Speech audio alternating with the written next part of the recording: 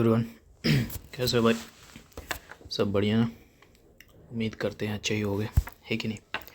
चलो, तो आज है भाई डे 15 मॉडर्न हिस्ट्री का, है कि नहीं? डे 15 मॉडर्न हिस्ट्री का PYQ कर रहे हैं लास्ट 35 ईयर्स का।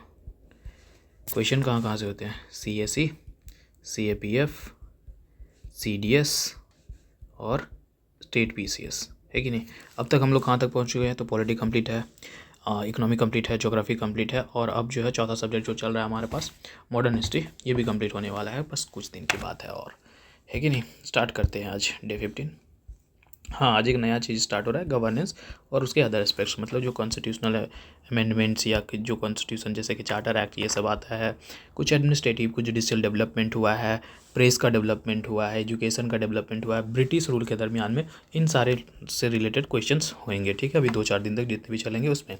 तो पहला क्वेश्चन क्या है अपने पास? पहला क्वेश्चन कहता है, by which one of the following act was the governor general of Bengal designated as a governor general of India? मतलब GGBB को GGI कौन से एक्ट से बना दिया गया?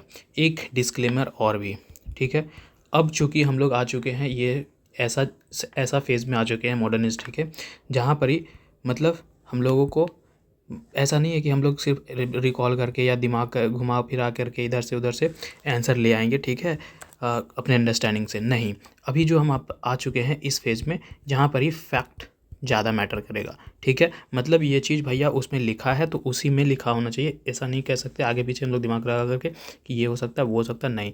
अगर कोई चीज़ लिखा है तो जैसे कि रेगुलेटिंग एक्ट में जो लिखा है तो जो पूछा है वही चीज़, तो भैया अब इसमें ज़्यादा हम हो सकता है जहाँ जहाँ ज़रूरत पड़ेगा वहाँ हम एक्सप्लेन करेंगे, जहाँ ज़रूरत नहीं है, जहाँ ज़रूरत नहीं है मीन्स कहने का कि भाई उसी में चीज़ वो लिखा हुआ है तो उसका कोई एक्सप्लेनेशन नहीं है, वहाँ लिखा हुआ है तो हम सिर्फ बोलेंगे कि वहीं लिखा हुआ है, उसी में चीज़ है, तो हम ज़्यादा एक्सप्लेनेशन उसमें नहीं कर पाएंगे, ठीक है? क्योंकि फैक्ट है तो फैक्ट को एज इट इज़ याद करना पड़ेगा और उसका कोई चारा है नहीं, ठीक है? तो जैसे कि पहला क्वेश्चन बोल रहा है कि GGB को GGI कब बना दिया गया था, किस में? जैसे रेगुलेटिंग एक्ट में, पिट्स इंडिया एक्ट में, चार्टर एक्ट 1793 में, या फिर चार्टर एक्ट ऑफ 1833 में। तो ये काम किया गया था चार्टर एक्ट 1833 में, इसी में रीनेम किया गया था गवर्नर जनरल ऑफ बंगाल को as a governor general of India. और हम लोग सब जानते हैं कि भैया जो विलियम बेंटिक जो थे वो फर्स्ट GGI बने, गवर्नर जनरल ऑफ इंडिया, ठीक है? आगे बढ़ते हैं। In the Government of India Act 1919, the function of the provincial government were divided into reserved and the transferred subject. Which of the following subject were the reserved subject? ठीक है, 1919 act में, ठीक है, गवर्नमेंट ऑफ इंडिया 1919 में दो provision किए गए, एक रिजर्व का, एक ट्रांसफ़र का, ठीक है? तो यहाँ पर जो है उसमें से पूछा कि रिजर्व वाले कौन कौन से हैं। रिजर्व उन सारे चीज़ों को रखेगा जो ब्रिटिश अपने अंदर रखना चाहेगा, ठीक है? तो एक बात बताओ, administrative justice, local self government, land revenue, police तो वो अपने पास रखेगा, लैंड रेवेन्यू भी भैया। ये local self government grass root पे जा रहा है, वो उतना नहीं चाहेगा कि ये हमारे पास रहे, दे दो उधर, तो ये तो नहीं रहेगा। रिजर्व तो हम दूसरा को तो नहीं रखेंगे, तो दूसरा को नहीं रखेंगे तो दूसरा को हटा दो जाओ। तो भैया आंसर क्या आता है? C, कि भैया एडमिनिस्ट्रेटिव जस्टिस को अपने पास रखा, लैंड रेवेन्यू सिस्टम को अपने पास रखा और पुलिस को अपने पास रखा, बाकी किसी को नहीं रखा। मतलब बाकी किसी को इन सेंस में यहाँ लैंड लोकल सेल्फ गवर्नमेंट को नहीं रखा, ठीक है? Consider the following. Montagu-Chelmsford Reform 1919 recommended granting voting rights to all women above the age of 21। ये हम रिपीटेड कह सकते हैं क्योंकि हम लोग ये ग्रांटिंग वोटिंग राइट्स वाला पहले भी क्वेश्चन इनडायरेक्टली हम लोग कर चुके हैं, लेकिन ये बोला क्या कि भैया 1919 गवर्नमेंट ऑफ इंडिया एक्ट 1919, जिसे हम मॉन्टेग्यू चेम्सफोर्ड रिफॉर्म के नाम से भी जानते हैं, वो क्या कहता है कि भैया ये रिकमेंड किया था कि सभी वीमेन को जिनका एज 21 से ज़्यादा है उनको हम क्या कर दे रहे हैं, वोटिंग राइट दे दो, ठीक है? तो ये सभी नहीं था, ये जो ऑल बोल करके ना बहुत ज़्यादा एक्सट्रीम बना दिया सेंटेंस को, ये लिमिटेड था। और लिमिटेड क्या था कि भैया इसका बेसिस था प्रॉपर्टी, एक आधार था, टैक्स था, और कुछ एजुकेशन के बेसिस पे लिमिटेशन डाला गया था। तो ये पहला तो गलत है, दूसरा देखो, the government of India act 1935 gave women reserved seat in a legislature. तो ये बात जो है सही है। अगर देखो गवर्नमेंट ऑफ इंडिया एक्ट 1935 का पार्ट 11-12, पार्ट 12 का सेक्शन जो है 308, ठीक है, उसमें उसमें देखने के लिए मिलेगा कि रिजर्वेशन है वुमेन का लेजिस्लेचर का, उसमें लिखा हुआ, तो दूसरा जो है सही है। ठीक है। चौथा, instrumentation of instruction contain in the government of India act 1935 have been incorporated in the constitution of India in the year 1950 as. ठीक है, मतलब क्या है, गवर्नमेंट ऑफ इंडिया एक्ट 1935 में कुछ इंस्ट्रक्शंस थे। ठीक है, कुछ इंस्ट्रक्शन लिखे गए थे, उसी इंस्ट्रक्शन को हम लोग अपने गवर्नमेंट ऑफ इंडिया में, ठीक है, हमारे गवर्नमेंट ऑफ इंडिया या कह लो कॉन्स्टिट्यूशन ऑफ इंडिया में, ठीक है, उसको हम लोग इनकॉर्पोरेट कर लिए। ठीक है, तो उसको किस बेसिस पे किया गया है, fundamental right, directive principle, executive extent of executive power of the state, या conduct of the business of the government of India. तो वो जो है भैया किया गया है directive principle of state policy. वहाँ भी इंस्ट्रक्शन था, ये भी तो इंस्ट्रक्शन के बेसिस पे है। इसके लिए हम नहीं ना जा सकते हैं कोर्ट भैया कि मेरा ये डीपीएसपी वायलेट कर रहा है तो हम कोर्ट चले जाएंगे, नहीं ना, ये तो हम लोग पॉलिटी में कर चुके हैं, है कि नहीं। तो इस चीज़ को लिया है, ठीक है, एज इट इज़ हम लोग अपने कॉन्स्टिट्यूशन ऑफ इंडिया में डालें। Okay, by regulation of 1793 the district collector was deprived of his judicial power, made the collecting agent only. What was the reason. ठीक है, क्या कह रहा है, 1793 में एक रेगुलेशन आया, उसमें जो डीसी था, ठीक है, डीसी को जो है जुडिशियल पावर से हटा दिया। ठीक है, और उसको क्या बना दिया, सिर्फ कलेक्टिंग एजेंट बना दिया। डीसी मतलब डिस्ट्रिक्ट कलेक्टर। ठीक है, डिस्ट्रिक्ट कलेक्टर, सिर्फ कलेक्टर का ही कारण दे दिया। तो ये कारण क्या था, ये कारण क्या था, तो भैया ये कारण ये था कि ये जैसे कि कलेक्टर है, पावर का थोड़ा सा होना चाहिए, ज़्यादा लोड नहीं देना चाहिए एक पर। तो कहता है ना भैया, ये जो है डिस्ट्रिक्ट कलेक्टर को ऐसा, मतलब लॉर्ड कॉर्नवालिस ये चीज़ लेकर के आया था। ठीक है, तो ये बोला कि भैया जो पावर है ना बहुत ज़्यादा कंसंट्रेटेड है डिस्ट्रिक्ट कलेक्टर के पास। ठीक है, और इतना ज़्यादा पावर है, एब्सोल्यूट पावर एक इंसान पर डिज़ायरेबल नहीं है। ठीक है, तो ये क्या है, अनडिज़ायरेबल है। तो इसको जो है वो थोड़ा सा सेपरेट भी कर देना चाहिए। ठीक है, तो इसीलिए वो लेकर के आता है। फिर वहाँ आता है चार्टर एक्ट 1793। ठीक है, तो जिसमें क्या है कि जुडिशरी फंक्शन और जो एडमिनिस्ट्रेटिव फंक्शन था, रेवेन्यू एडमिनिस्ट्रेशन, इन दोनों को अलग कर दिया जाता है। कहता है कि भैया ये अनडिज़ायरेबल है। तो ये जो स्टेटमेंट हमको देखने के लिए मिलेगा। तीसरा पढ़ो, Lord Cornwallis was alarmed that the extent of the power of concentrated in the district collector and felt that such absolute power was undesirable in one person। एक आदमी में इतना ज़्यादा पावर होना सही बात नहीं है। ठीक है, तो रीजन, मेन रीजन यही था। ठीक है। 6, in the collaboration with the David Hare and the Alexander Duff, who of the following establish Hindu college at Calcutta. ठीक है, तो कौन था मिल करके भैया उनके साथ, तो राजा राम मोहन रॉय साहब थे। ठीक है, उन्होंने इस्टेब्लिश किया 1817 में। ठीक है, मेनली क्या था, प्रमोट करना था लिबरल एजुकेशन को। ठीक है, प्रमोट करना था और अपना जो एजुकेशनल रिफॉर्म करना था, और साथ में जो है अपने यूथ को सेफ देना था। ठीक है, ठीक है, मॉडर्न एजुकेशन का बेसिकली कहो तो ग्राउंड वर्क तैयार करना था। ठीक है, okay. 7, which one of the following was a journal brought out by the Abul Kalam Azad. Abul Kalam Azad के बाद अबुल कलाम आज़ाद के जरिए कौन सा जर्नल लाया गया था। ठीक है, तो ये शायद कभी आया था, हम ऑप्शन में बताए थे इस चीज़ को, तो अल हिलाल। ठीक है, अल हिलाल जो है ये एक क्या था, उर्दू पेपर था। ठीक है, इसको इनके जरिए ही क्या बोलते हैं, निकाला जाता था 1912 से। ठीक है, फर्स्ट इसका एडिशन जो है वो कहाँ पब्लिश हुआ था, कोलकाता में पब्लिश हुआ था। ठीक है, मेन यही था, मेन एम कह तो, मेन एम जो इसका था, एम ये था कि भैया जो हमारा नेशनल पीपल है, हमारे इंडियन मासेज है, उनके बीच में क्या करना है, कॉन्शियसनेस डेवलप करना है। ठीक है, कॉन्शियसनेस डेवलप करना है, और जो भी यूथ है उनको इनकरेज करना है कि भैया फ्रीडम स्ट्रगल में पार्ट लो। ठीक है, ये मेन एम था कि सभी यूथ जो है फ्रीडम स्ट्रगल में आपस में आए। ये अल हिलाल जो है ना मेनली एडवोकेट करता है कम्युनल हार्मनी को। ठीक है, तो भैया बाकी कॉमरेड, द इंडियन सोशलिस्ट, जमींदार, क्या है ये सब, तो देख लो। कॉमरेड ये भी एक इंग्लिश लैंग्वेज वीकली न्यूज़पेपर था। ठीक है, एडिटेड बाय मोहम्मद अली जवार। ठीक है, 1911 से 14 के बीच में।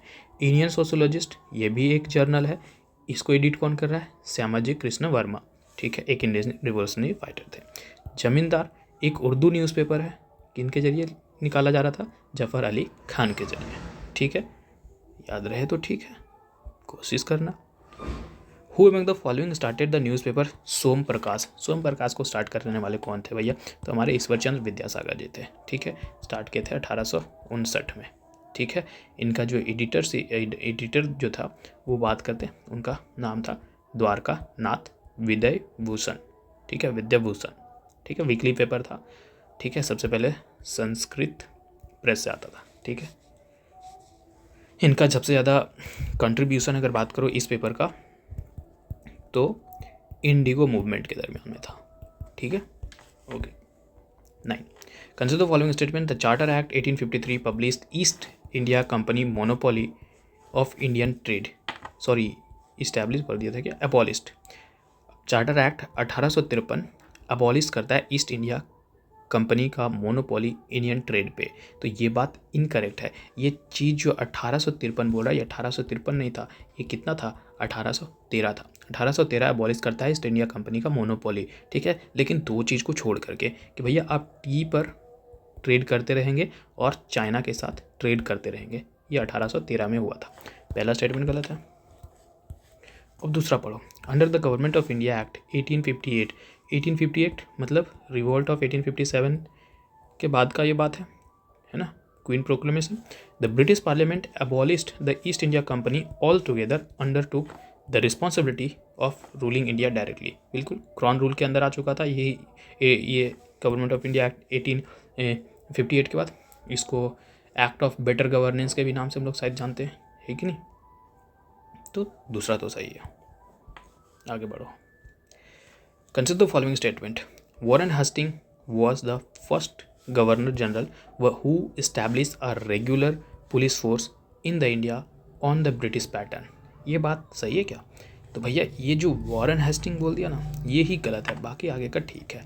यहाँ सिर्फ कर दो नाम लॉर्ड कॉर्नवालिस, ठीक है, लॉर्ड कॉर्नवालिस था ये स्टार्ट करने वाला, ठीक है, जो दरोगा सुप्रिटेंडेंट पुलिस अभी जो थाना देखते हो ये वाला सिस्टम लॉर्ड कॉर्नवालिस के जरिए था। तो वॉरेन हेस्टिंग बोल दिया, ये बात गलत है ना, आंसर बी, ठीक है। अब बी में 2 और 3 क्या लिखा है ऑटोमेटिकली सही है। Supreme court was establish at Calcutta by regulating act 1773, पढ़ते ही हैं, याद रखो, है कि नहीं। सबसे पहले इस्टेब्लिश हुआ था कहाँ पर ही? कलकत्ता में, है कि नहीं, फोर्ट विलियम में शायद, वहीं पर ही एट फोर्ट विलियम, है ना। Indian penal code came into effect in year 1860। देखो भाई, मैकॉले जो है इंडियन पिनल कोड को ड्राफ्ट किया था 1860 में, ठीक है, 1860 में, लेकिन ये इफेक्ट में आया था 1862 में। अब यहाँ पूछा है इफेक्ट और यहाँ दे दिया है 1860 और यूपीएससी इसको मान दिया है करेक्ट। हाँ देख लो, क्योंकि 1 गलत है तो तुम जैसे 1 गलत करोगे तो दूसरा, और यूपीएससी आंसर यही दिया है तो दूसरा गलत है। तो अब यूपीएससी इसको मान रहा है कि इफेक्ट में भी 1860 से आया है, तो मान के चलो। अब यह क्या कह सकते हैं, इसमें कुछ नहीं। Consider the following. Government of India act 1935 provided for the, ठीक है, गवर्नमेंट ऑफ इंडिया एक्ट 1930 क्या चीज़ प्रोवाइड करता है? प्रोविंशियल ऑटोनॉमी, बिल्कुल ये बात सही है। Establishment of the federal court, ये भी बात करता है। All India federation eight the centre, ये भी, लेकिन हालांकि हुआ नहीं था, तो तीनों बात सही है, ठीक है। अब इसके प्रोविज़न याद करो, इसमें क्या समझाना, ठीक है। Who among the following repeal the vernacular press act 1878। तो भैया 1878 लॉर्ड रिपेल जो है वो रिपील्ड करता है वर्नाकुलर प्रेस एक्ट को, ठीक है। क्या था वर्नाकुलर प्रेस एक्ट? तो भैया जो भी लोग फ्रीडम फाइटर्स जो थे या जो लोग जो फ्रीडम स्ट्रगल में थे, पार्ट ले रहे थे, कोई भी इंग्लिश पर्सन के अगेंस्ट या ब्रिटिश के अगेंस्ट में कुछ भी चीज़ अपने लैंग्वेज में, कुछ नॉन इंग्लिश पेपर्स कह लो, अपने लैंग्वेज में छाप रहे हैं, लोकल लैंग्वेज में ब्रिटिश की पॉलिसीज़ का या ब्रिटिश गवर्नमेंट का क्रिटिसिज्म कर रहे हैं, तो उसी चीज़ को दबाने के लिए ये आया था वर्नाकुलर प्रेस एक्ट। और वर्नाकुलर मतलब कि कोई भी चीज़ में लोकल लैंग्वेज में छापना, ठीक है, लिखना, छापना, लिखना, okay. 13. Consider the following statement. Some of the main feature of the government of India act 1935, ठीक है। Abolition of diarchy in the governance province. Abolition क्या बोला? Abolition of diarchy in the governance province. बात तो ये सही है sir, dyarchy जो है वो एबोलिश किया गया था, ठीक है, और इंट्रोड्यूस क्या था? Provincial autonomy. ये बात सही है, सही है। दूसरा, the power of governor to veto legislative action and to legislate on their own. बिल्कुल था, ये पावर भी मिल चुका था, ठीक है, कि आप अपने से भी लेजिस्लेट कर सकते हो, वीटो भी लगा सकते हो, ठीक है, आप किसी बिल को रिफ्यूज़ भी कर सकते हो, एसेंट चाहो तो नहीं भी दे सकते हो, आप चाहो तो ऑर्डिनेंस ये जारी कर सकते हो, ठीक है, और आप कोई एक्ट को भी इनैक्ट कर सकते हो। ये बात भी सही था। तीसरा पढ़ो, अब 1 और 2 को रहना, तो 2 यहाँ नहीं है, 1 और 2 यहाँ है, यहाँ 2 नहीं है, अब यहाँ है तो ठीक है। तीसरा पढ़ लो, abolition of the principle of communal representation. नहीं भैया, नहीं एबोलिश किया गया था। हालांकि गवर्नमेंट ऑफ इंडिया एक्ट 1985 भी क्या गया था, और ज़्यादा ये जो है क्या कहते हैं, कॉमनल रिप्रेजेंटेशन को एक्सटेंड करता है, ठीक है, सेपरेट इलेक्टोरेट की बात करता है, किसके लिए? डिप्रेस्ड क्लास के लिए, शेड्यूल कास्ट के लिए, वीमेन के लिए, लेबर वर्कर, इनके लिए। और ये कह रहा है abolition of principal of communal representation, तो ये नहीं, कॉमनल रिप्रेजेंटेशन नहीं, वो और ज़्यादा फर्दर एक्सटेंड किया है कि नहीं? तो ये बात गलत है, तीसरा गलत है, तो B is the right answer. During the colonial period in India what was the purpose of the Whitley commission. Whitley commission का क्या पर्पस था? ठीक है, व्हाइटली कमीशन को हम लोग ऑफिशियली दूसरे नाम से भी जानते हैं, ठीक है, royal commission on labour, royal commission on labour, ठीक है। काम क्या था भैया कि जो भी लेबर कंडीशंस थे, ठीक है, उन सारे चीज़ को इन्वेस्टिगेट करना था, और इन्वेस्टिगेट करने के लिए उनको कुछ तो प्रॉब्लम होगा, उस प्रॉब्लम को ध्यान में रख करके कुछ रिकमेंडेशन देना था, ठीक है। तो ये पढ़ो, to report an existing condition of labour and make recommendation, मेन काम यही था, ठीक है। बाकी ऑप्शन पढ़ करके टाइम वेस्ट नहीं कर रहे हैं, अभी ऑलरेडी अभी लेट हो चुका है। विच one of the following provision was not made in the charter act 1833। Charter act 1833 में कौन सा प्रोविज़न नहीं लिखा गया था? यहाँ पर पढ़ो, trading activity of East India companies were to be abolished, ये तो लिखा है। The designation of the supreme authority was to be changed as the governor general of India in council, ये भी था। All law making powers to be confirmed on the governor general in council, ये भी बात था। ये पूछा क्या 1833 में? नॉट, ठीक है, 1833 में नहीं था वो चीज़। तो an Indian was to be appointed as a law member of the governor council, ये बात कब हुआ था मालूम? 1833 में है। और an Indian was to be appointed as a law member of the governor general council, ये बात हुआ था 1909 में, गवर्नमेंट ऑफ इंडिया 1909 में, ये कह लो इंडियन काउंसिल एक्ट 1908। अब काउंसिल जहाँ आया मतलब कि इंडियन मेंबर्स का एंट्री का बात आता है कि नहीं? तो यहाँ हुआ था, ठीक है। और इसी वक्त पहले जो लॉ मेंबर एज अ चुने गए थे, अपॉइंट गए थे, वो हम लोग जानते हैं, सत्येंद्र सिन्हा जी, है कि नहीं? तो ये बात गलत है, नॉट पूछा था यही, क्योंकि ये तो 1909 में हुआ भैया, है कि नहीं? Which of the following act of the British India strengthened the Viceroy's authority over the Executive Council by substituting the portfolio or the departmental system for the corporate functioning? भैया अच्छे से स्मूथ से फंक्शनिंग हो, ठीक है, मतलब कह लो कि डिपार्टमेंटल सिस्टम, ठीक है। डिपार्टमेंटल सिस्टम किस में इंट्रोड्यूस किया गया? तो ये हुआ था इंडियन काउंसिल एक्ट 1861 में, ठीक है, पहली बार, ठीक। मारो, आगे बढ़ो। अब ये पढ़ो 17 में कुछ चीज़ें जो हैं रिपीट है, हम लोग पहले पढ़ करके आए। चार्टर एक्ट 1853 और उससे ज़्यादा एक्ट ऑफ 1858 अभी पढ़े, है कि नहीं? ये पढ़ो, charter act 1813, companies trade monopoly was ended, है कि नहीं? अभी भी जस्ट किए, ए का टू यहाँ है, बाकी हटा दो। अब ये पढ़ो 1853 का पढ़ो, the power to govern was transfer from the East India company to the British crown. British revolt of 1857 के बाद ब्रिटिश क्राउन के अंदर ही आ गया था, तो ये बात तो सही है। सी का थ्री यहाँ है, ऑटोमेटिकली आंसर क्या हो गया? ए, और ज़्यादा देखना ही है। बी का 4 हो गया भैया, रेगुलेटिंग एक्ट 1773 सेटअप किया गया था board of control in Britain.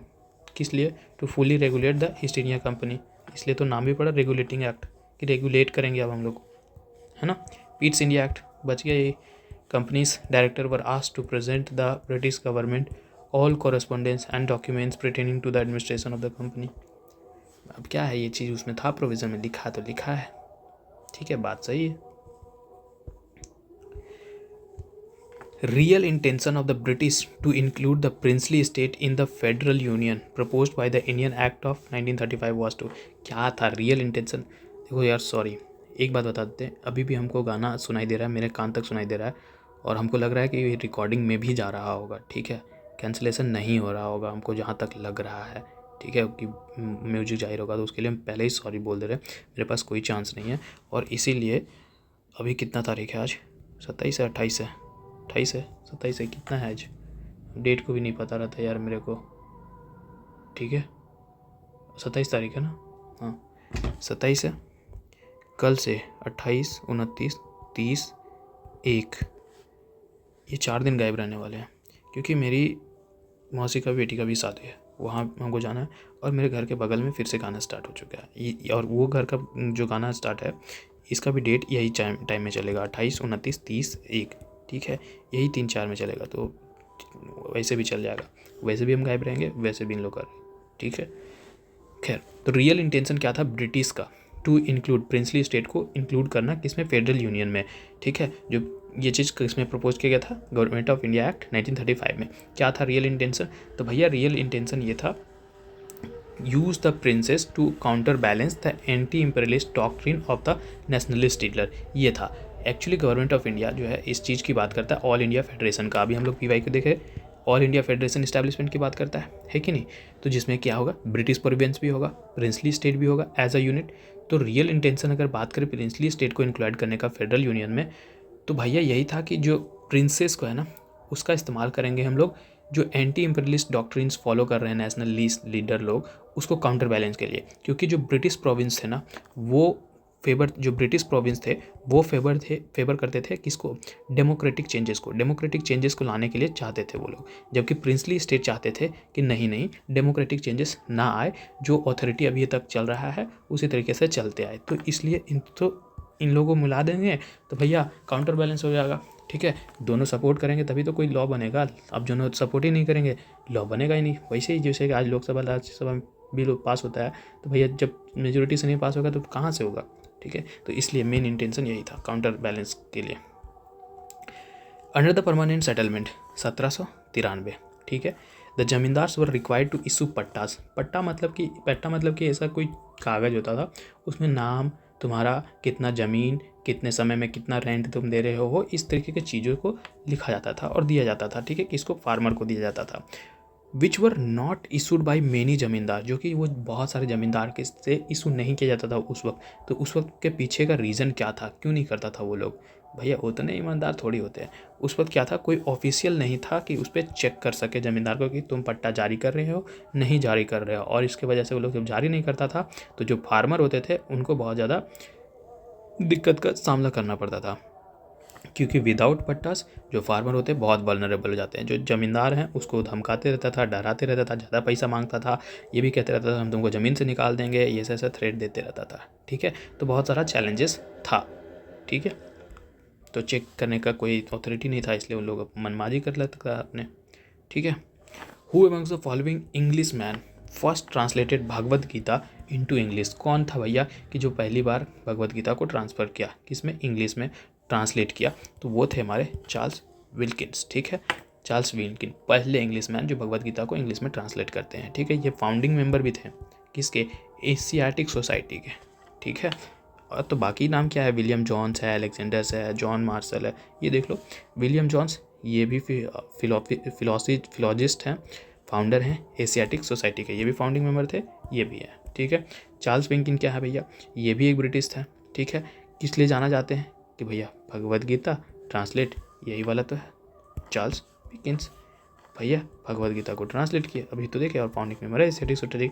Alexander Cunningham पहले डायरेक्टर जनरल थे आर्कियोलॉजी, ये भी PIQ है। अभी एंशिएंट हिस्ट्री जब देखेंगे तो वहाँ पर हमको देख लिया जाएगा कि इसका नाम पूछ देगा, ठीक है। तो archaeological first director general of archaeological survey of India, ठीक है।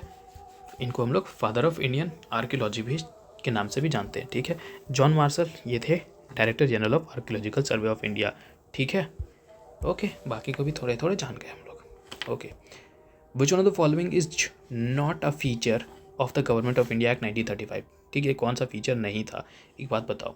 बाईकैमरल लेजिस्लेचर था, प्रोविंशियल ऑटोनॉमी था, अभी भी ये पीछे में PYQ देख करके हैं, इसको repeat the all India federation ये भी था PYQ में, ये भी डालो, ठीक है। बाईकैमरल भी था, diarchy at the centre as well as in the province. Sir diarchy at the centre यहाँ तक तो ठीक बोले, as well as in the province में बोलने का क्या ज़रूरत था, ठीक है। प्रोविंस में नहीं था, ठीक है। डायरकी जो है प्रोविंस में हटा दिया था, ठीक है, और डायरकी लेकर के आया था सेंटर में, ठीक है। प्रोविंस में डायरकी हटा दिया गया था, है कि नहीं। और यहीं पर ही फिर रिजर्वरीज सब ट्रांसफर सब्जेक्ट इंट्रोड्यूस किया गया था, है कि नहीं। बाकी सारे सही है, ये गलत था, not feature. The term imperial preference was applied to the, किसको अप्लाइड होता था भैया, किस पर तक, ठीक है। तो special privilege on the British import in India, ठीक है। इम्पीरियल प्रेफरेंस मतलब कि महत्व दे रहा हूँ ना, और इम्पीरियल मतलब कि वही ब्रिटिश साम्राज्य वाले लोग है ना, उनको। तो भैया वो जब ब्रिटिश कोई भी चीज़ इंपोर्ट करते थे इंडिया में कॉलोनियल पीरियड के टाइम में, तो उनको पहले ज़्यादा प्रेफरेंस दिया जाता था, ठीक है। इनका मतलब इनका अगर कोई चीज़ सामान इंपोर्ट हो रहा है तो इन पर किसी भी तरीके का चार्ज नहीं लगेगा। इनका कोई भी सामान आ रहा है, ठीक है, इंडिया में लाया जा रहा है, तो उसमें किसी भी तरीके का चार्ज नहीं लगेगा। लेकिन अगर इंडिया का कोई सामान बाहर जा रहा है तो उसमें बहुत ज़्यादा ड्यूटी और चार्ज लगाया जाता था, ठीक है। ये प्रॉब्लमेटिक था। तो यह इम्पीरियल प्रेफरेंस था, किसके लिए, एक स्पेशल तरीके का प्रिविलेज था, किसको, ब्रिटिश इम्पोर्ट पर, किसमें, इंडिया में अगर हो रहा है तो, ठीक है। There was no independent development of industries in India during the British rule because of, कोई भी इंडिपेंडेंट मतलब अपने से कोई भी डेवलपमेंट नहीं हो रहा था, इंडस्ट्रीज़ का डेवलपमेंट नहीं हो रहा था, कब, ब्रिटिश टाइम के समय। इसके पीछे का रीज़न क्या है, इसके पीछे का रीज़न यही है भैया, preference of the rich to invest in land, ठीक है। एब्सेंस ऑफ हेवी इंडस्ट्रीज, ऐसा बात नहीं है। Scarcity of the foreign Capitals, पूरा तो ब्रिटिशर से भरे था, तो इन लोगों के पास कहाँ से स्कैरसिटी हो जाए भाई, नेचुरल रिसोर्सेज तो कूट के भरे थे, ठीक है। Preference of the rich to invest in the land, ये था कि भैया इन लोग ना लैंड में इन्वेस्ट करना सबसे ज़्यादा सेफ समझता था, ठीक है। ब्रिटिश मतलब कि इन लोग इंडस्ट्री जैसा कोई चीज़ जानता नहीं था सबसे ज़्यादा, ठीक है। तो इन लोग लैंड को ही सबसे ज़्यादा समझता था, सबसे ज़्यादा उन्हीं को पूजता था, और उन्हीं में सबसे ज़्यादा इन्वेस्टमेंट करता था। सबसे ज़्यादा समझता था कि सेफ इन्वेस्टमेंट है वो है लैंड में, ठीक है। तो इसलिए यहाँ करता था। The most short lived of all the Britain's constitutional experiment in India was, सबसे ज़्यादा शॉर्ट लिव्ड, ये बात बताओ सबसे ज़्यादा शॉर्ट लिव्ड कौन होगा भैया। इंडियन काउंसिल एक्ट 1919, क्योंकि देखो ना मात्र 10 साल में 1900 गवर्नमेंट ऑफ इंडिया एक्ट 1919 आ गया, तो सबसे शॉर्ट लिव्ड यही था, इंडियन काउंसिल एक्ट 1909, ठीक है। जिसे हम मॉडल मिंटो रिफॉर्म के नाम से भी जानते हैं। सिर्फ मात्र कितना चला, 10 साल चला, ठीक है। फिर तो गवर्नमेंट ऑफ इंडिया 1919 में आ गया। गाना सुनते रहते हैं, मतलब बाहर में गाना लगता है कि हम भी गाने लगे हैं, और मतलब हम पढ़ते रहते तो कभी गाने लग जाते हैं। यहाँ भी लगता है कभी हम भूल जाते हैं कि हम रिकॉर्ड कर रहे हैं, तो अपने आप लगता है वो बज रहा है, साथ में हम भी दोहराने लग जाएं। कई बार रुक जाते हैं, ठीक है, कभी कभी बीच में इसका सुन लेते हैं, लेकिन क्या करें, कितना ही कंसंट्रेशन करोगे यार, कभी ना कभी चल ही जाता है आवाज़, है कि नहीं। खैर ये देखो क्वेश्चन देखो, लिस्ट 1 लिस्ट 2, ये लिस्ट 1 और लिस्ट 2 इधर है, ये भी रिपीट है, ये हम लोग पहले पीछे PYQ में देख चुके हैं, ठीक है। ये देखो बटलर कमेटी रिपोर्ट, ठीक है। बटलर कमेटी रिपोर्ट जो इसको चेयर कर रहे थे उनका नाम था सर हारकोर्ट, ठीक है, हारकोर्ट बटलर, इसलिए बटलर कमेटी रिपोर्ट बना, ठीक है, 1923 में, ठीक है। ये क्या क्लैरिफाई कर रहा था कि British paramountcy over the princely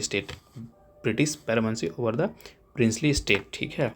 अब यहाँ देखो relationship between the Indian states and the parliament power, तो इनके बीच का ये बात का बता रहा था, रिपोर्ट लेकर के आ रहा था, ठीक है।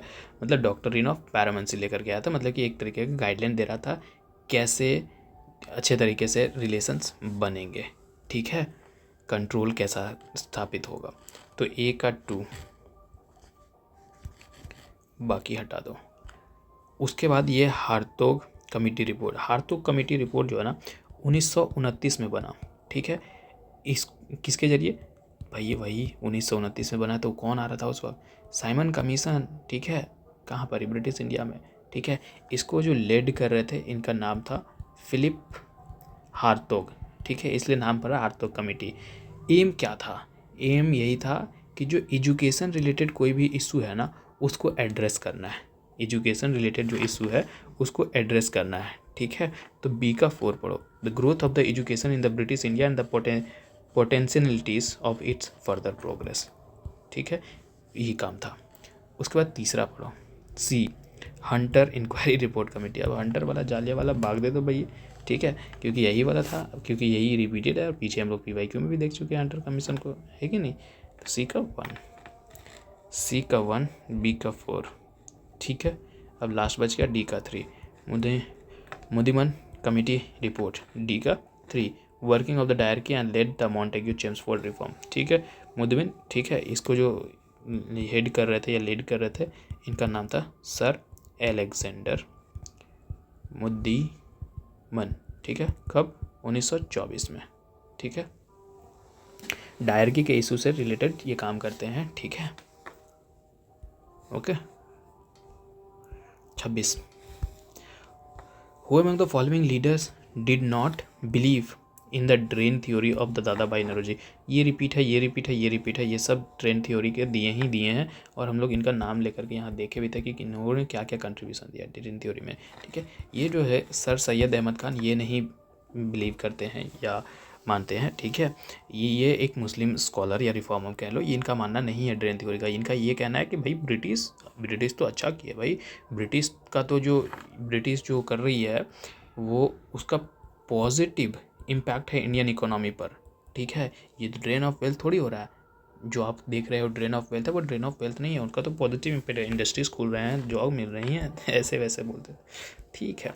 विच of the following statement correctly define the term drain theory. इनमें से कौन सा स्टेटमेंट है ड्रेन थ्योरी को करेक्टली डिफाइन कर रहा है, जो कि दादा भाई नौरोजी कहते हैं। तो भैया बहुत लंबा सेंटेंस है, टाइम जाएगा, ये पढ़ो, that a part of the Indians national wealth, ठीक है, और total annual product was being exported.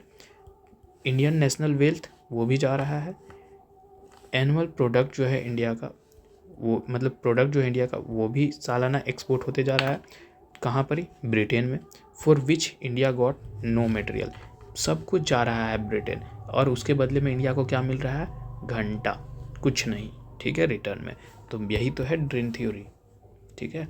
हम लोग को मिलता था भाई, अभी हम कोई सामान बेचते हैं, कोई सामान देते हैं तो उसके बदले में कोई पैसा मिलता है ना यार, वो हमारा ग्रोथ ही तो कराता है, लेकिन ये नहीं मिल रहा था, उल्टा सब कुछ लिए जा रहा है, अपने को दे कुछ नहीं रहा।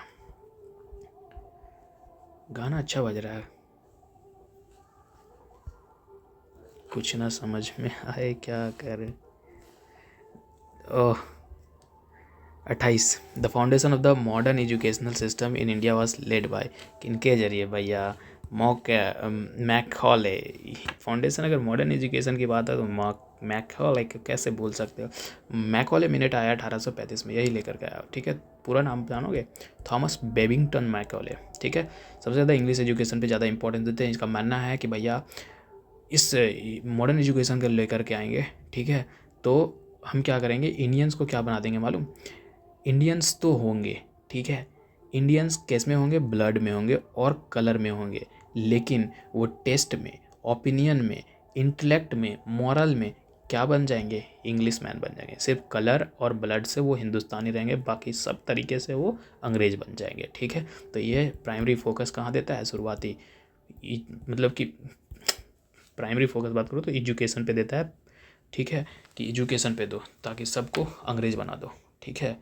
सिर्फ रंग और खून से उसको रखो इंडियंस, बाकी सबको, ठीक है।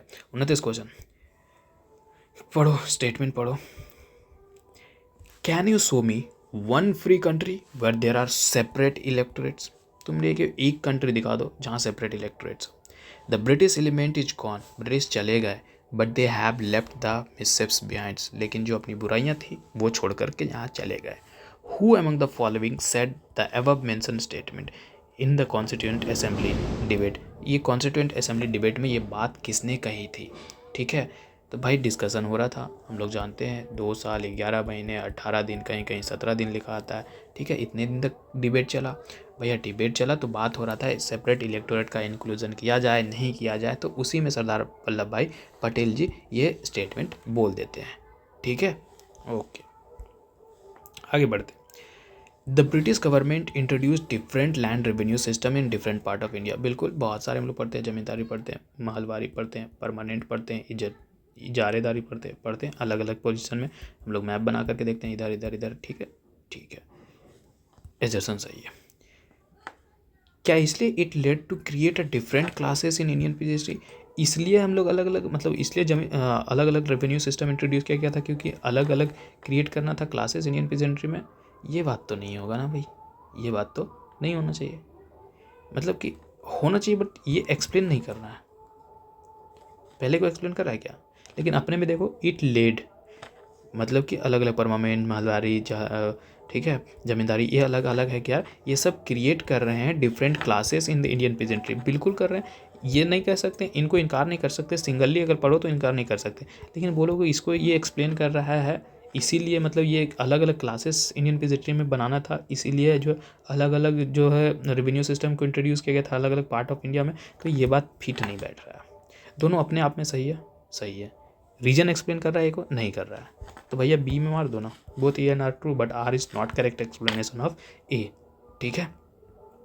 आगे बढ़ते, ये मैच करो।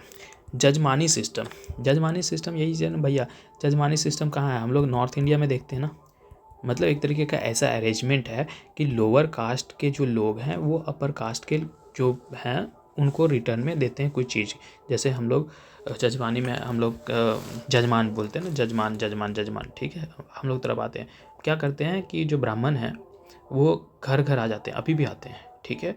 वो क्योंकि हमारे पूर्वज उनको देते आए हैं, तो वो लोग आते हैं, उनके पूर्वज लेते आए हैं, तो वो भी अभी भी आते हैं, तो घर में आ जाते हैं। हम लोग उसके बदले में चावल, गेहूँ, आलू जो भी उगता है वो हम लोग कुछ ना कुछ उनको देते हैं, ठीक है। तो यही होता है जजमानी सिस्टम, तो ये हम लोग को नॉर्थ इंडिया में ही देखने के लिए मिलता है, ठीक है। तो जजमानी, अब जजमानी सिस्टम से ही देखो ज़्यादा डिफरेंस ये सब में है नहीं, ठीक है, सब सिमिलर नाम ही है, ठीक है, सिर्फ चेंज है, ठीक है, मतलब कंसेप्ट अगर देखो तो मिलता जुलता देने लेने का ही यहाँ बात है, ठीक है। ओवरऑल अगर बात करो तो ठीक है, सिर्फ अलग अलग ये नाम है, तो किधर किधर क्या बोलते हैं, ठीक है। तो बाराबलुता है ना, ये हम लोग महाराष्ट्र में बोलते हैं, ठीक है। मिरसाई जो है, ये मिरसाई को अगर हम देखोगे तो 1 मिनट रुकना, तमिलनाडु में ये देखने के लिए मिलेगा मिरसाई, और एडेप जो है ये हमको कर्नाटका में देखने के लिए मिलेगा, ठीक है। तो इस तरीके से जब मिलाओगे ए का 1 सब में है, ठीक है, बी का 3 और सी का 4 डी, ठीक है, ये है, ठीक। ज़्यादा डिस्टर्ब तो नहीं कर रहा ना गाना, ठीक है, आज लास्ट ही है, उसके बाद अभी रोक देंगे क्योंकि ये रात को हम देख रहे हैं, रात को हम रिकॉर्ड कर रहे हैं, फिर भी ये हाल है, क्या कहें ना। Asiatic society of Bengal was established in the period of the Warren Hasting, he modestly declined the offer of the presidency of that learned body in the favor of Sir William Jones।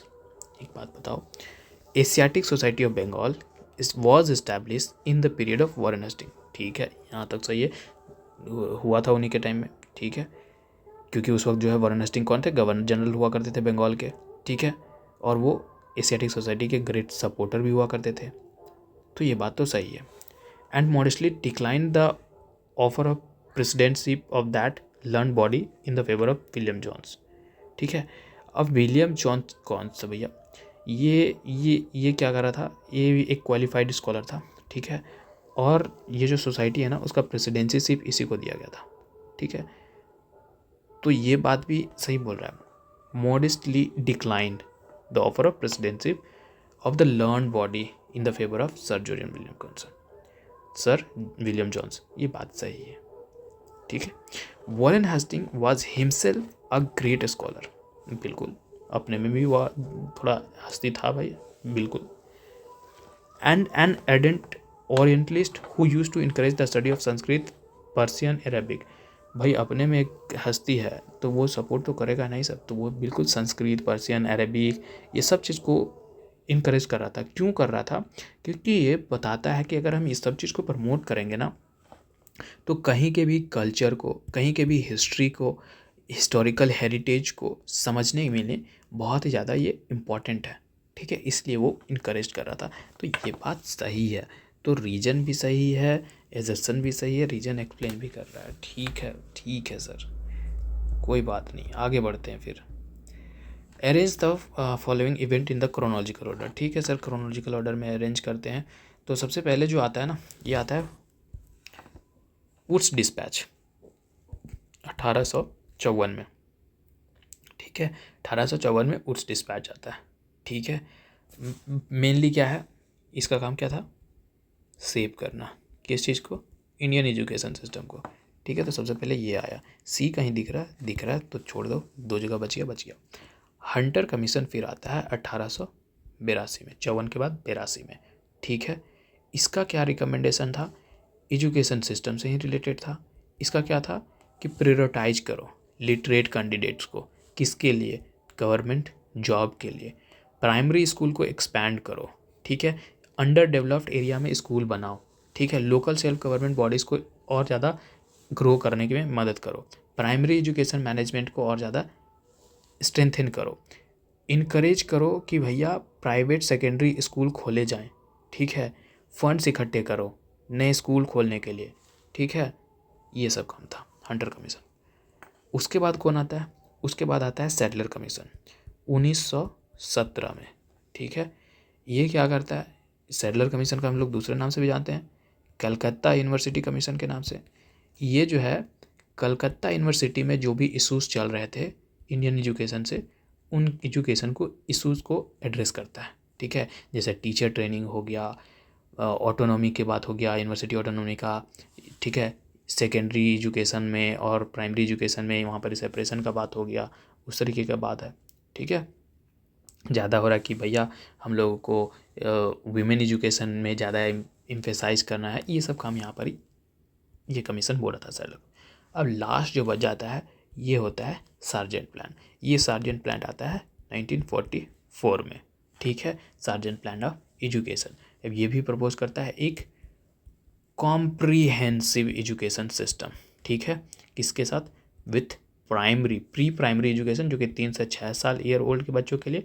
फिर दूसरा करता है universal primary education जो बच्चा 6 से 11 साल के लिए।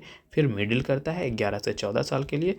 और अलग अलग तरीके के कोर्स भी करता है, हाई स्कूल को भी बांटता है, बनाता है कि नहीं। और कहता है कि भैया सबसे ज़्यादा एम्फेसाइज करता है कि मदर टंग में जो भी शिक्षा दिया जाए वो मदर टंग में जाए। जैसे कि हम लोगों का यहाँ झारखंड का खोरठा है तो हम लोग खोरठा में। ठीक है, कहीं रीजनल लैंग्वेज बिहारी है तो बिहारी में। ठीक है, भोजपुरी में, है ना, इस तरीके का लैंग्वेज। ठीक है, रीजनल लैंग्वेज में प्रमोट करो। ठीक है, ओके सर। तो आंसर कौन सा होगा? हाँ, आंसर कौन होगा अब देख लो। सी, उसके बाद ए, सी के बाद ए, डी। यहाँ ए नहीं है। ठीक है, बन गए हो तुम। With which of the following news papers magazine Mahatma Gandhi was not associated? कौन से मैगजीन से नहीं एसोसिएटेड? भैया युगांतर से। बाकी इंडियन ओपिनियन कब आया था मालूम? 1903 में। बाकी यंग इंडिया और नवजीवन ये आया था 1919 में। ये सब गांधी जी के जरिए आया, ये युगांतर नहीं आया। युगांतर के जो फाउंडर हैं वो हैं बरिंद्र कुमार घोष। ठीक है, ओके, आगे बढ़े। ये मैच करना है, लिस्ट मैच करना है। ठीक है, काल क्या है? एक न्यूज़पेपर है। ठीक है, काल क्या है? एक न्यूज़पेपर है। इनके अगर बात करो जो फाउंडिंग फादर या एडिटर कह लो, वो है महादेव प्राणजिपी। ठीक है, महादेव प्राणजिपी। ये देखो 4 में शिवादेव प्राणजिपी, मतलब कि ए का 4, बी में दिख रहा है, ए में दिख रहा है। ठीक है, उसके बाद बंगाली ये भी है, मतलब कि क्या बोल सकते हैं इसको भी बहुत बारी, मतलब इसके बहुत सारे इसके एडिटर जो हैं बहुत सारे हैं। ठीक है, जैसे कि गिरीश चंद्र घोष जी हैं। ठीक है, लेकिन यहाँ गिरीश चंद्र जी घोष नहीं है, तो सुरेंद्र नाथ बनर्जी तो ये भी थे। ठीक है, ये भी एक वीकली न्यूज़पेपर ही था, ठीक है, जो 19th सेंचुरी और 20th सेंचुरी के आसपास निकलता था। सुधारक, नाम में कितना अच्छा है, सुधारक, सुधार करने वाले, ठीक है। ये भी क्या है, न्यूज़पेपर जर्नल है, ठीक है। क्या है, इनको निकालने वाले कौन है, गोपाल कृष्ण गोखले, ठीक है। और गोपाल कृष्ण गोखले जो है एक क्या बोल सकते हैं, सर्वेंट ऑफ इंडिया सोसाइटी भी इस्टेब्लिश किए थे 1905 में, और एडिट करते हैं सुधारक को, ठीक है। एक और पेपर स्टार्ट करते हैं ये, ठीक है। उस पेपर का नाम था हितवादा न्यूज़पेपर, शायद 1911 में, ठीक है। और सोम प्रकाश तो देख करके आए हो यार, लेकिन सोम प्रकाश का नाम ढूंढोगे यहाँ तो है नहीं, ठीक है। ईश्वर चंद्र विद्यासागर भी देख करके आया ना कि उन्होंने लॉन्च किया था, PYQ था। लेकिन यहाँ जो एडिटिंग के मामला में पूछ रहा है तो द्वारकानाथ है, क्योंकि एडिटर है ना, एडिटर तो द्वारकानाथ जी हैं, ठीक है, द्वारकानाथ विद्याभूषण जी, ठीक है। जो वही इंडो के मूवमेंट के दरमियान में जरा बहुत ज़्यादा इनका ये भी नाम अभी अभी हम लोग देख करके आए, ठीक है, ठीक है। तो A is the right answer.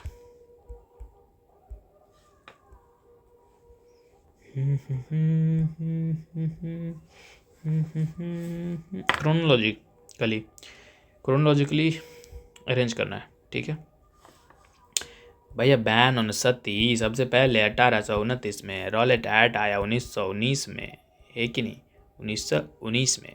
उसके बाद वर्नाकुलर प्रेस एक्ट 1878 में आया।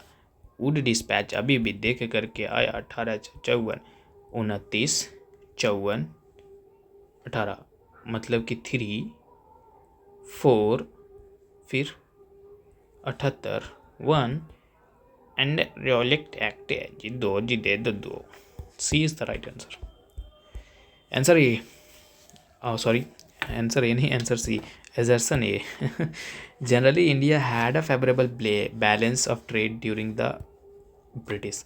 अब फेवरेबल बैलेंस क्या हो सकता है, मतलब कि एक्सपोर्ट जो है हमारा ज़्यादा हो इंपोर्ट से, मतलब हम इंपोर्ट कम कर रहे हों और एक्सपोर्ट ज़्यादा कर रहे हो। तो भैया ब्रिटिश के समय में सब तो ले ही जा रहा। अभी ड्रेन ऑफ वेल्थ थ्योरी में देखा कि भैया हमको दे घंटा रहा था, कुछ नहीं दे रहा था, और ले सब कुछ जा रहा था। तो बैलेंस ऑफ ट्रेड अच्छा ही तो होगा। हाँ, तो इंडिया के फेवरेबल था, हाँ था, ठीक है। लेकिन हम लोग के लिए नेगेटिव था उस वक्त। अभी फेवरेबल रहा तो अभी तो बहुत अच्छा है, लेकिन उस वक्त हम लोग के लिए ठीक है फेवरेबल था, लेकिन नेगेटिव था, ठीक है। Reason because the drain of wealth टूक फ्रॉम द अनरिक्वायर्ड एक्सपोर्ट, बिल्कुल बात सही है।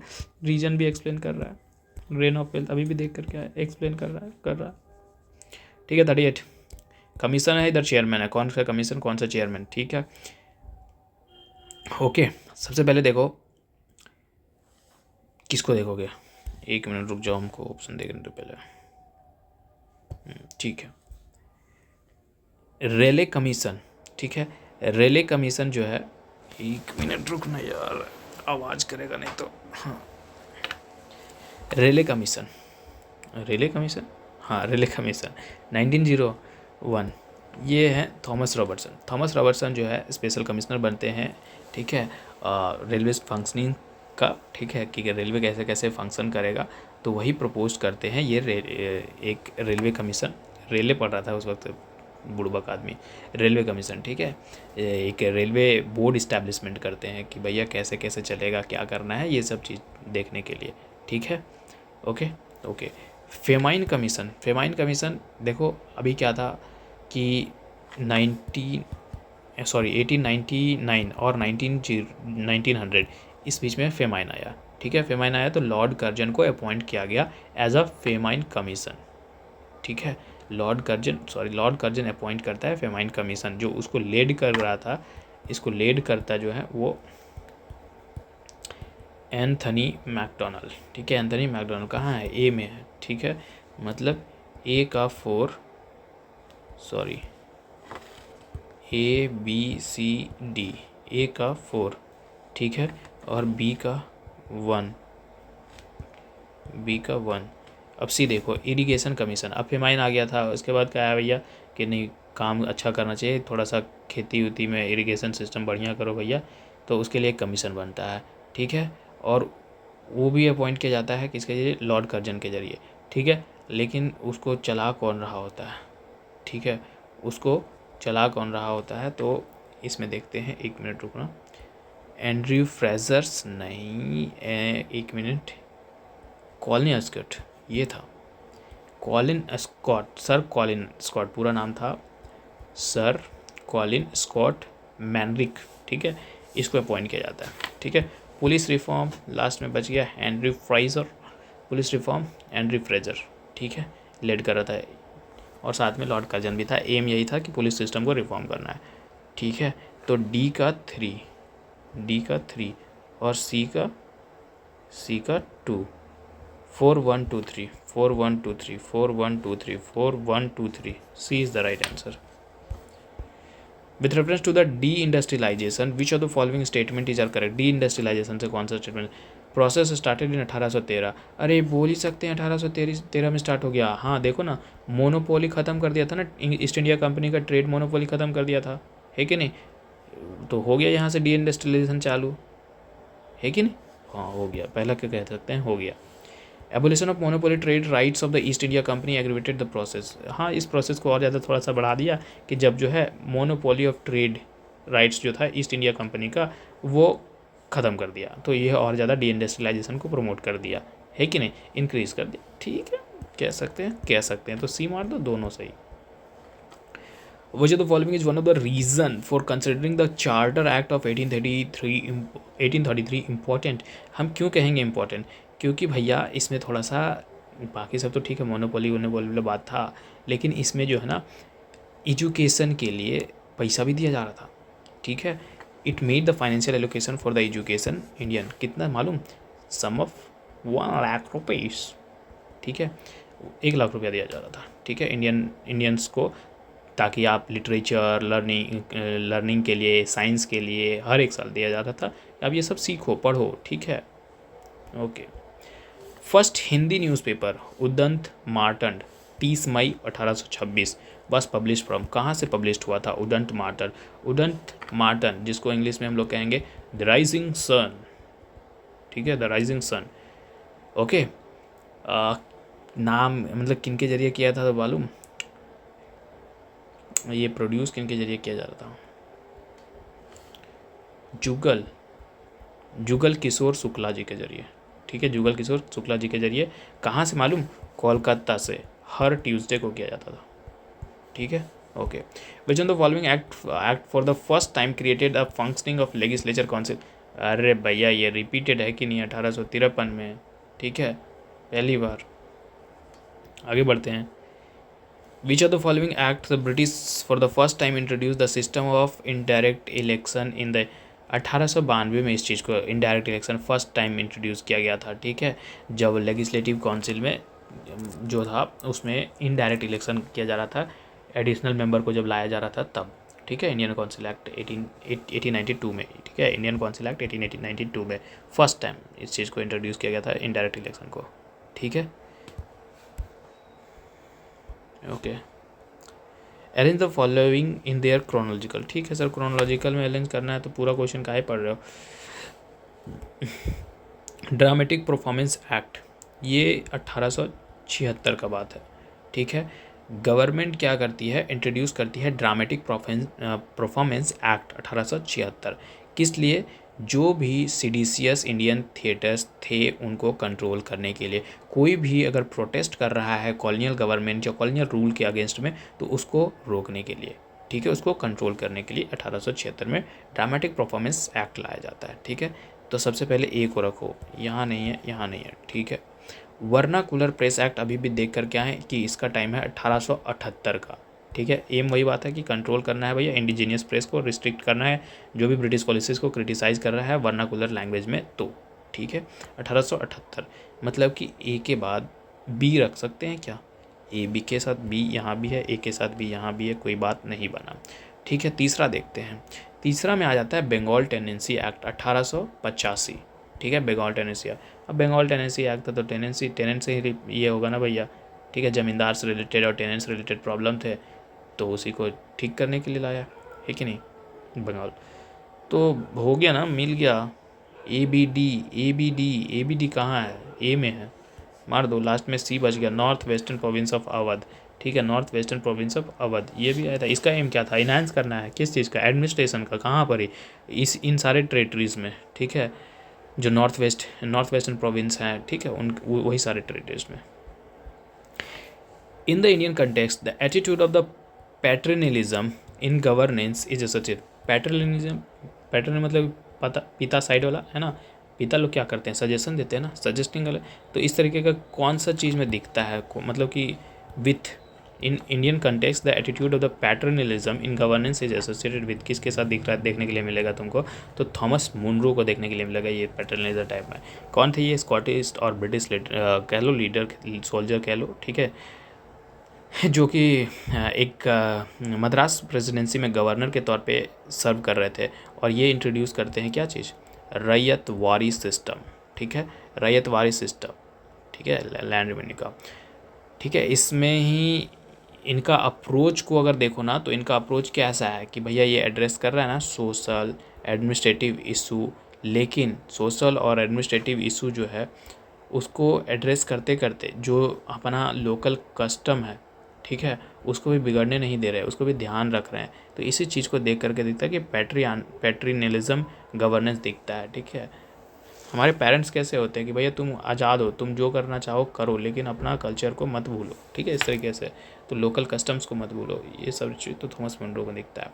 Who said it, I don't have to be beg for pardon in connection with the allegations that in the draft of the constitution I major part of the government of India act 1935 was again been reproduce, ठीक है।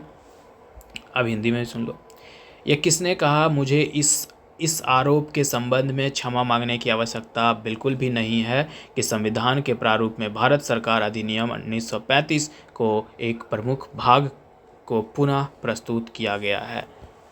देखो ये कह रहे थे B are Ambedkar. अब ऐसा इनके पीछे कहने का पीछे का रीज़न क्या है, क्योंकि बहुत सारे लोग जो हैं क्रिटिसाइज़ कर रहे थे कॉन्स्टिट्यूशन ऑफ इंडिया को, कह रहे थे कार्बन कॉपी है 1935 का, है कि नहीं, या तो कह रहे थे कि अमेंडेड वर्जन है 1935 का। तो अम्बेडकर इस क्रिटिसिज्म का आंसर करते हैं और तभी ये कहते हैं मुझे माफ़ी मांगने की ज़रूरत नहीं है। भैया देखो कोई भी चीज़ किसी का पेटेंट राइट नहीं है किसी के ऊपर, ठीक है, कि फंडामेंटल आइडियाज़, अब लिबर्टी है, इक्वलिटी है, फर्टर्निटी है, ये तो भैया आइडियाज़ है ना, ये आइडियाज़ हैं। अब ये आइडिया फंडामेंटल है भैया, वो किसी के भी आइडियाज़ आ सकते हैं, किसी का पेटेंट राइट इसमें थोड़ी हो सकता है। तो अगर उस चीज़ को हम, अगर वो अच्छा चीज़ है और हम 1935 से हम ठीक है उठा करके अपने कॉन्स्टिट्यूशन में रख ही लिए, तो वो गलत थोड़ी है, ठीक है। तो इस चीज़ के लिए तो हम किसी से नहीं माफ़ी मांगने वाले हैं। तो भैया ये बात कह रहे थे बी आर अम्बेडकर, ठीक है, क्योंकि ये शर्म जिनको अगर हम किसी से लिए हैं और वो अच्छा है, वो फंडामेंटल है, किसी का पेटेंट राइट नहीं है किसी चीज़ पे, ठीक है, और वो अच्छा चीज़ है हम ले लिए हैं, तो हम इसमें शर्मिंदा नहीं महसूस करते हैं कि हम बोरो किए हैं कहीं से, हम नहीं मांगेंगे माफ़ी, ठीक है। Indian famine code 1883 was prepared by, किसके जरिए प्रिपेयर किया गया था, अभी भी PYQ में पीछे देखा था ना, स्ट्रैची कमीशन नहीं हुआ, दूसरा था नाम, ठीक है, शायद, है ना। तो ये प्रिपेयर किया गया था स्ट्रैची कमीशन के जरिए प्रिपेयर किया गया था, ठीक है, ओके। तो बाकी हंटर कमीशन, इंडिगो कमीशन, हालांकि देख ही चुके हैं पहले, हंटर कमीशन पहले भी देखे थे, ठीक है, कि एजुकेशन से रिलेटेड था। फर्स्ट हंटर कमीशन इस्टेब्लिश हुआ 1892 में, ठीक है, प्रोग्रेस देख रहा था एजुकेशन का कि कैसे हुआ, फिर इसमें रिकमेंड किया कि कैसे कैसे और प्राइमरी एजुकेशन में इंप्रूवमेंट कर सकते हैं। हार्टॉग कमीशन क्या था, ये भी 1929 बना, किसके अंडर में, सर फिलिप हार्टॉग के अंडर में, है कि नहीं। ये भी फोकस कर रहा था किस पे, एजुकेशन पे, है कि नहीं, कैसे ग्रोथ करना है, कैसे क्या करना है, इस तरीके से। और तो सबसे ज़्यादा जो है हाईलाइट करता है इशू की कैसे वेस्टेज हो रहा है, स्टैग्नेशन हो रहा है प्राइमरी लेवल पे, उस चीज़ को। स्टार्ची कमीशन देख लिया अभी। इंडिगो कमीशन इस्टेब्लिश कब हुआ, 1860 में, ठीक है। ये इन्वेस्टिगेट करता है जो भी ग्रीवांसेस थे इंडिगो कल्टिवेटर्स के बंगाल में, उन सारी चीज़ों को, है कि नहीं। और force to grow indigo under the unfair contract by the British planters, ठीक है। कमीशन रिपोर्ट डालती है, अटेंशन करती है कि भैया जो एक्सप्लोटेशन हो रहा है तो उसको एक्सप्लोटेशन पर अटेंशन दिलवाती है और कहती है कि इसका रिफॉर्म होना चाहिए, ठीक है। ओके सर, आगे बढ़ते हैं। The British east India company lost the monopoly of T trade, ठीक है। 1833 में बोला ना कि ट्रेड मोनोपोली ख़त्म करते हैं, लेकिन अब टी और चाइना के साथ करते रहिएगा, ठीक है, 1813 में कहा। लेकिन 1813 में 20 साल जोड़ दो, ठीक है, 1813 में 20 साल जोड़ दोगे तो कहाँ पहुँचोगे, 1833 पहुँचोगे। तो भैया यही चीज़ यहाँ पर ही ख़त्म हो गया, ठीक है, एंडेड कर दिया monopoly of East India company, ठीक है, जो ट्रेड में चल रहा था वो मतलब टी वाला जो चल रहा था वो भी गया, ठीक है। Okay, in which of the following years the British government finally agreed to hold the Indian civil service ICS examination simultaneously in India and England. ये कब हुआ? तो 1922 में हुआ। इससे पहले जो है ब्रिटिश गवर्नमेंट पूरी तरीके से जो है इंडियन सिविल सर्विस ICS जो है एग्जामिनेशन वो सिर्फ और सिर्फ इंग्लैंड में कराती थी, लेकिन बाद में जा करके 1922 के बाद जो है इंडियन सिविल सर्विस एग्जामिनेशन को इंडिया में भी कराने लगे, साथ में कंटिन्यू साइमल्टेनियसली लंदन में भी करा रही है, इंडिया में भी करा रही है। सबसे पहले उस वक्त लंदन में ही होता था, ठीक है। 1 घंटा हो गया, रहने दें आज तक, ठीक है। आगे क्वेश्चन है लेकिन ठीक है, रहने देते हैं, ठीक है। और फिर मिलते हैं, अभी 1-2 दिन पूरी तरीके से ये स्टॉप रहेगा, ठीक है। Thank you.